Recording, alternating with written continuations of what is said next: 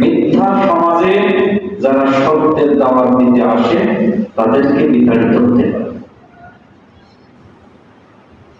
অত্যাচারিতদের সমাজে যে ন্যায় বিচার নিয়ে আসে তাকে ঐক্যবদ্ধভাবে সবাই তাড়াতেই চায়। এটাই সাধারণ দুনিয়ার নিয়ম। মিথ্যা সমাজে যে সত্যের আলো নিয়ে আসবে তার সে আলো তো নিভাতে চাইবেই মিথ্যুকেরা, জুলুমবাজেরা। অতএব এই গোটা মক্কা নগরী এখন জুলুমে অন্ধকারে ছেয়ে গেছে।